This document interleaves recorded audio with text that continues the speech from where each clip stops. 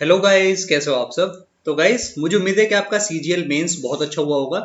और इस वीडियो के अंदर मैं आपको अपने अटेम्प्ट्स बताने वाला हूँ और मैं ये भी बताऊंगा आपको कि कितने नंबर अगर आपके हैं तो आप अच्छा स्कोर मान सकते हो। ठीक है। पहले यार हम लोग बात करते हैं इस पूरे डायग्राम की। आपको समझ में शायद ना आ रहा होगी पर मैं आपको बताता हूँ। देखो, ये जो ग्रीन सर्कल है ना, आप मान लो कि ये सिलेक्शन है। ये वो लोग हैं जो सेलेक्ट हो रहे हैं। येलो सर्कल आपको वो शो कर रहा है जो लोग इंग्लिश में अच्छे हैं। रेड सर्कल आपको शो कर रहा है जो लोग मैथ में अच्छे हैं। तो जनरली होता क्या था कि ये जो ग्रीन सर्कल था सिलेक्शन का, ये थोड़ा बीच में ऐसे रहता था। जो लोग इंग्लिश में अच्छे थे वो भी सिलेक्ट होते थे, जो मैथ में अच्छे थे वो भी सिलेक्ट होते थे। और जो दोनों में अच्छे वो तो हमेशा सिलेक्ट होते ही होते हैं। ठीक है। पर इस बार क्या हुआ है कि आपको थोड़ा सा इस तरफ शिफ्ट हो गया है, काफी शिफ्ट हो गया है इधर। क्योंकि इस बार मैथ में इतनी कोई प्रैक्टिस की, या फिर मैथ में अगर कोई ज्यादा अच्छा ना भी हो, उसकी कोई रिक्वायरमेंट नहीं थी। अगर आपको एडवांस मैथ बहुत थोड़ी भी आती है ना, अगर आपको ये पता है कि इक्विलेटरल ट्रायंगल की साइड अगर 6 है तो उसका इन रेडियस और सर्कम रेडियस क्या होगा, तो आप मैथ में बहुत आराम से कर देते। इतनी एडवांस मैथ की नॉलेज अगर आपकी है तो बेसिक बेसिक नॉलेज के साथ आप बहुत अच्छा पेपर करके आते मैथ का। ठीक है। और वही एफर्ट अगर आप इंग्लिश में डालते तो आज आप एक बहुत अच्छी पोजीशन में होते। तो ये जो सिलेक्शन है ये थोड़ा सा इंग्लिश की तरफ शिफ्ट हुआ है कि इस बार जिन लोगों ने इंग्लिश पर ज्यादा ध्यान दिया होगा उनके हो सकता है कि ज्यादा मार्क्स आए as compare to those who prepared for mathematics. ठीक है। और सिलेक्शन भी इस तरफ जाएगा थोड़ा सा। ऐसा नहीं है कि मैथ्स किसी की बहुत अच्छी है और इंग्लिश उसकी एकदम खराब है। 140 140 145 लाख तो उसका नहीं हो पाएगा इस बार, मेरे मेरे अकॉर्डिंग ऐसा। ठीक है। अब देखो, मैं आपको बताता हूँ कि क्या क्या पूरी डायनेमिक्स हैं, आपको अच्छे से समझ में आएगा। पहले हम लोग बात करते हैं मैथ्स की। देखो, ऐसा नहीं कि किसी के संग अनफेयर हुआ है। अगर आप ये बोलोगे ना कि अनफेयर हुआ है तो वो गलत है। मैथ्स की बात करते हैं। लास्ट ईयर की पहले बात करते हैं। लास्ट ईयर मान लिख के चलता हूं यहाँ पर सीजीएल 2020। सीजीएल 2020 में मैं 5 बच्चों को कंसिडर करके चलता हूं। अगर उन 5 के नंबर यहाँ पर 140, 160, 170, 180, उनमें एक बच्चा बहुत अच्छा था, उसके नंबर 195 होते। ठीक है। तो वही सेम 5 बच्चे अगर मैं सीजीएल 21 के पेपर में बिठा देता तब उनके क्या क्या नंबर होते। तब ये जो 140 वाला था वो इजीली 160 स्कोर कर सकता था। इससे ज्यादा 5 नंबर ज्यादा भी स्कोर कर सकता था। ठीक है। या फिर आप 165 ही ले लो पहले से। जो और बच्चे थे उनका स्कोर भी बढ़ता इसी हिसाब से। ये हो सकता है कि 175 ले आता या 180 ले आता। इधर एक बच्चा 182, एक यहाँ पर 186 लेवल पर, और एक आप ले सकते हो जो 195 वाला था। ये 196 195 प्लस ला सकता था इस पेपर के अंदर मेरे अकॉर्डिंग। ठीक है। तो हुआ क्या कि जो आपकी रेंज थी ये रेंज श्रिंक हो गई। यहाँ पर जो इस बच्चे के पास 65 मार्क्स की लीड थी, वो यहाँ पर कितने की लीड लग गई, केवल 30 मार्क्स की लीड यहाँ पर वो रह गई। तो डिफरेंस क्या है, डिफरेंस ये है कि जो लीड थी इस बार मैथ की वजह से जो आपको लीड मिलती थी वो लीड कम हो गई। अब ऐसा तो है नहीं कि ये बच्चा इससे आगे निकल गया। गलत तब होता जब ये इससे आगे निकल जाता। ऐसा कुछ पेपर में आ जाता कि जिसके यहाँ पर 140 आ रहे थे उसने इसको पीछे कर दिया। ठीक है। पीछे नहीं कराए, लीड जो है वो लीड कम हो गई है। अब इसका लॉस किसको होगा, आप ये पूछ रहे होगे। तो यार, लॉस उसको है जिसकी इंग्लिश वीक है। इंग्लिश जिसकी वीक है उसको इस पेपर में बहुत नुकसान है। नुकसान इसीलिए है क्योंकि एक तो मैथमेटिक्स उसका स्ट्रॉन्ग पोर्शन था, वो तो इजी आ गया और लगभग सब लोगों ने मैथ्स इतना कर सकते थे वो उन्होंने कर दी। ठीक है। पर जो उसकी इंग्लिश वीक है ना, उस वजह से बाकी लोग तो इंग्लिश में करेंगे अच्छा। तो जो दो लोग थे इनका लेवल डिफरेंट था, अब वो लेवल बराबर हो चुका है। ठीक है। अब आप बोलोगे कि इसमें अनफेयर है, अनफेयर कुछ भी नहीं है। एसएससी ने ऐसा कब बोला, एसएससी ने ऐसा कब बोला कि मैथ्स ही सिलेक्शन होगा? ऐसा कभी नहीं बोला एसएससी ने। आपने इसको बना लिया कि मैथ्स मतलब सीजीएल मीन्स। आपने सोच लिया कि अगर सीजीएल मीन्स की तैयारी करनी है तो मतलब मैथ्स अच्छी होनी चाहिए, जबकि ऐसा एसएससी ने कभी भी नहीं बोला। ठीक है। सीजीएल मीन्स में इंग्लिश भी होती है। अगर आप लोग उतना ही एफर्ट इंग्लिश पर भी करते तो आज आप एक काफी अच्छी पोजीशन में होते। ठीक है। और इंग्लिश में आपको शायद लग रहा हो कि कर तो सारे सवाल दिए हैं, पर हर कोई इंग्लिश में सारे सवाल ही करता है। कितने सही हो वो अलग बात होती है। ठीक है। इंग्लिश का लेवल इस बार लास्ट ईयर से अच्छा था। जो इंग्लिश मेरे हिसाब से इस बार का लेवल था सीजीएल 21 का, वो सीजीएल 20 से ज्यादा था। और इस बार इंग्लिश में आप देखोगे वेरिएशन बहुत होगा। इंग्लिश में आपको अच्छे बच्चे 150 नंबर पर भी मिलेंगे और वही बच्चे 185 भी इंग्लिश में ला सकते हैं, ठीक है। तो इंग्लिश में बहुत वेरिएशन है इस बार, और इंग्लिश इस बार डिसाइडिंग फैक्टर मेरे अकॉर्डिंग रहेगा। और ये बात सच है कि एसएससी ने कभी नहीं बोला कि आप केवल मैथ्स पर फोकस करो। आप मुझे खुद बताओ, मैं अपना एग्जाम्पल लेता हूँ, किसी और की तरफ क्यों देखना। मैंने मैथ्स के कितने मॉक टेस्ट दिए, मैथ्स के मैंने मॉक टेस्ट दिए अराउंड 70। इंग्लिश के कितने, वही 20 25 30, 25 ले लो आप। तो डिफरेंस है ना। टेक्निकली तो दोनों के देने चाहिए थे बराबर, ठीक है। इसके भी मुझे देने चाहिए थे लगभग 50, इसके भी लगभग 50, पर ऐसा नहीं दिया, ठीक है। मैंने मैथ्स को ज्यादा फोकस करा। ऑलमोस्ट जितने भी एस्पायरेंट्स हैं सबने ऐसा ही करा है। तो आप ये मत सोचो कि केवल आपका कोई ऐसा नुकसान हो गया या फिर आपसे किसी ने कोई चीज छीन ली है, ऐसा कुछ भी नहीं, ठीक है।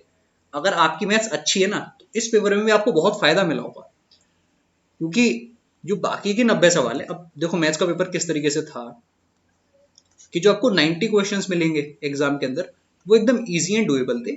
मतलब आप उनमें 30 40 50 सेकंड में आप उनको आराम से कर जाओगे, ठीक है।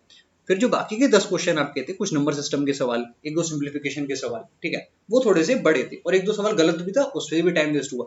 होता क्या है ना कि जो आपके दो रॉन्ग क्वेश्चन थे, उन दो रॉन्ग क्वेश्चन है आराम से आप लोगों के और मेरे भी 8-9 मिनट खराब करे होंगे पेपर के अंदर, 8-9 मिनट्स वेस्ट।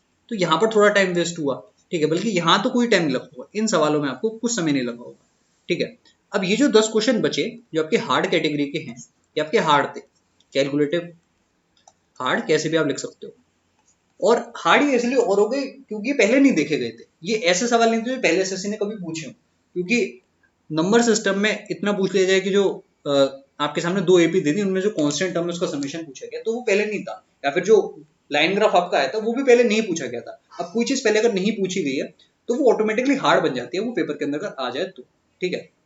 जैसे एक सवाल और था कि 3 प्राइम नंबर का समेशन 70 है। अब ये सवाल आपने पहले शायद देख लिया हो, अगर आपने पहले ना देखा होता तो ये आपके लिए पेपर के अंदर करना बहुत मुश्किल होता, ठीक है। ये गैस करना कि इनमें से एक दो होगा, अगर आपको ये चीज पहले से ना पता होती तो मुश्किल होता, पर क्योंकि पहले आ चुका था इसीलिए आपको पता था। पर कुछ आपके सवाल 10 ऐसे थे जो नए थे, ठीक है, तो उसमें सबको प्रॉब्लम हुई है। अब वही बात है कि अगर ये सवाल आपने इधर निपटा दिए 70-80 मिनट में, टाइम आपको कुछ इधर भी वेस्ट हो गया, उसको भी हटा दो, तो ये जो हार्ड क्वेश्चन थे आप इनमें आराम से 6-7 क्वेश्चन कर सकते थे अगर आपके पास टाइम बचा होता तो। पर अगर आप इनमें फंस के चले गए ना, अगर आप इनमें फंसे, अगर आप इनमें स्टक करे और आप इनमें भी स्टक और ज्यादा कर गए, तो इसके लिए भी आपके पास टाइम नहीं बचता, ठीक है। तो टाइम मैनेजमेंट इसमें काफी इंपॉर्टेंट था। आप अगर स्किप करते हुए चलते तो आपके अटेम्प्ट आज बहुत अच्छे होते, ठीक है। और मुझे उम्मीद है बहुत लोग के अटेम्प्ट अच्छे रहे भी होंगे। और ऐसा नहीं है कि इसमें आपको कोई लॉस हुआ है, आपके पास परफॉर्म करने का पूरा चांस था। आप इसमें ये नहीं कह सकते कि पेपर गलत बना दिया है फिर पेपर में कुछ ऐसा कर दिया, वो नहीं है। चांस आपको पूरा दिया गया है 200 मार्क्स लाने का। बस वही बात है कि नहीं हो पाया तो नहीं हो पाया, ठीक है। एक क्वेश्चन आपको जो लाइन ग्राफ का था वो भी काफी टफ था, एक कॉन्सेप्ट में एपी का समेशन, वो भी मैंने स्किप करा है। मेरे अटेम्प्ट कितने हैं ये मैं पूछूं, ये मैं आपको बताऊं तो मेरे अटेम्प्ट हैं 98, ठीक है। दो क्वेश्चन मैंने स्किप करे जो मैंने आपको बताई जस्ट अभी, वो मैंने स्किप कर दिए क्योंकि वो नहीं हो पा रहे थे, और फिर इतना टाइम भी नहीं था। अगर मैं उनको करता तो बाकी के क्वेश्चन कुछ मुझे छोड़ने पड़ जाते जो कि इजी थे, ठीक है। तो ये पूरा पेपर का रिव्यू हो गया। इंग्लिश मैंने आपको बताया कि जैसा लास्ट ईयर था उससे थोड़ा सा डिफिकल्ट साइड आपका था। जो आपका PQRS था और RC था वो अच्छे लेवल का था, ठीक है। और एक बात जो अभी सभी लोग इग्नोर कर रहे हैं वो क्या है, एक्यूरेसी। देखो एक्यूरेसी को हमेशा हल्के में लिया जाता है। अटेम्प्ट के बेसिस पर ही बता देना कि पेपर सरल है टफ है, वो गलत है, ठीक है। एक्यूरेसी सबसे इंपॉर्टेंट चीज होती है। अगर मैं दो लोग को कंसिडर करूं, एक ने करे 100 सवाल और एक ने करे केवल 95 सवाल, ठीक है। अब बाहर आए, दोनों ने आपस में बात करी, ये तो बर्बाद सा लगेगा, ये तो बोलेगा भाई मेरे 95 भी हो पाए, जबकि इसने तैयारी अच्छी करी थी। ये बोलेगा कि भाई मैं तो कुछ नहीं पढ़ के आया था, मैंने मेरा प्री जस्ट निकल गया था और मैं आ गया पेपर देने, मैंने तो 100 सवाल कर दिए और उनमें सही कितने हैं ये तब पता चलता है जब आंसर की आती है। हो सकता है कि इसके 95 के 95 सही हो, इसके नंबर 190 हो जाए, और ये 8 क्वेश्चन गलत कराए हो, इसके केवल 92 ही करेक्ट हो, तो इसके नंबर कितने रह गए। एक तो आपने 92 को डबल से किया तो 184, उसमें से 4 हटा दो तो इसके नंबर 180 रह गए। तो इनमें 10 नंबर का गैप आ गया, ठीक है। जबकि इसके नंबर 10 ज्यादा होने चाहिए, तब इसके नंबर 10 कम हो गए, ठीक है। तो एक्यूरेसी बहुत इंपॉर्टेंट होती है। एक्यूरेसी को हर कोई हल्के में लेता है।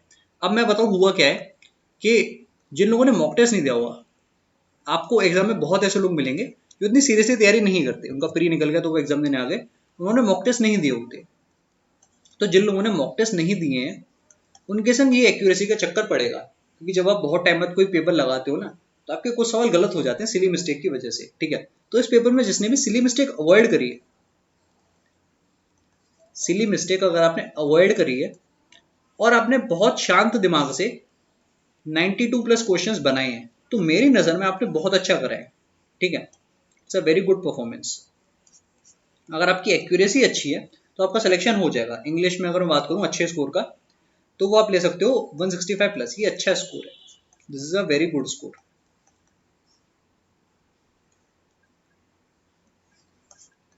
ठीक है। और बात ये रहती है यार कि आपका पेपर इजी रहने से आपका नुकसान हो गया, तो वैसा नहीं है, आपको नहीं, ऐसा बिल्कुल नहीं सोचना चाहिए। अगर आपके नंबर यहाँ पर आ रहे हैं 190 और अगर एक कोई बच्चा है जिसके आने चाहिए थे 140, पर क्योंकि पेपर का लेवल इजी था उसके आ गए 170, तो आपको इसके नंबर से एनवी नहीं करना है। क्यों एनवी नहीं करना? क्योंकि इससे आपको कोई लॉस थोड़ी ना है, वो थोड़ा सा आगे आ गया, पर ऐसा तो है नहीं कि उसके नंबर आपसे ज्यादा आ गए, ठीक है। अब पेपर इजी ना होता तो क्या होता, आपके भी तो 5 नंबर कम आते या फिर 6 नंबर कम आते, मान के चलो आपके 184 आते, ठीक है। आपके भी तो कुछ नंबर यहाँ पर इंक्रीज हुए इजी पेपर की वजह से, और उसके थोड़े ज्यादा इंक्रीज हो गए, पर ऐसा तो है नहीं कि वो आपसे पार निकल गया। डिफरेंस पता है कब आएगा? डिफरेंस तब आएगा जब आप इंग्लिश में अच्छा परफॉर्म ना कर पाओ। आप इंग्लिश में ला पा रहे हो केवल 140, और वही बच्चा अगर मेहनत करके इंग्लिश में 180 ले आए, तो उसके नंबर टोटल आपसे ज्यादा हो गए। और आप इसमें ये नहीं बोल सकते कि आपके साथ कुछ गलत हुआ है, ठीक है। ये 180 नंबर लाने में मजाक थोड़ी ना है, ये भी तो एफर्ट है भाई। आप ऐसे समझो कि जिसके इंग्लिश में अच्छे नंबर, उसने भी तो एफर्ट डाला है इंग्लिश के अंदर, तभी तो उसके नंबर आए हैं, ठीक है।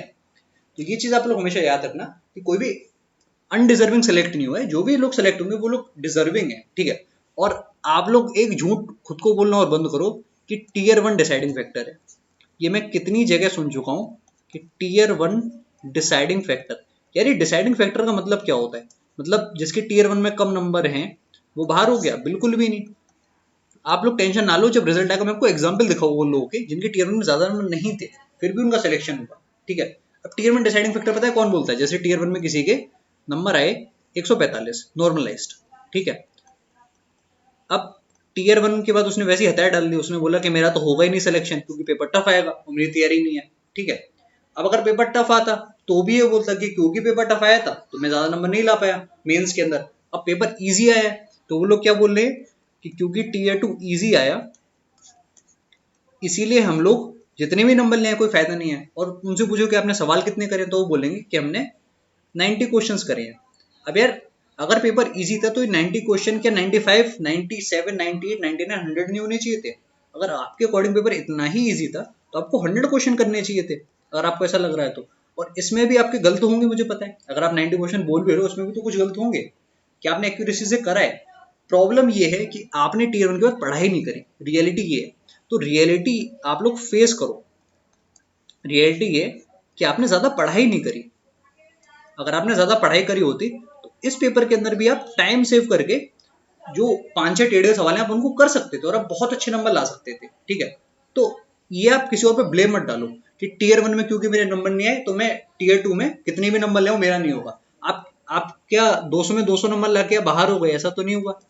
ऐसा गलत तब होता जब आपके 200 में 200 आते, आपकी टीयर 1 में 140 145 नंबर होते और आप बोलते मेरा सिलेक्शन नहीं हुआ, ठीक है। वो गलत होता। यहाँ कुछ भी गलत नहीं हुआ है।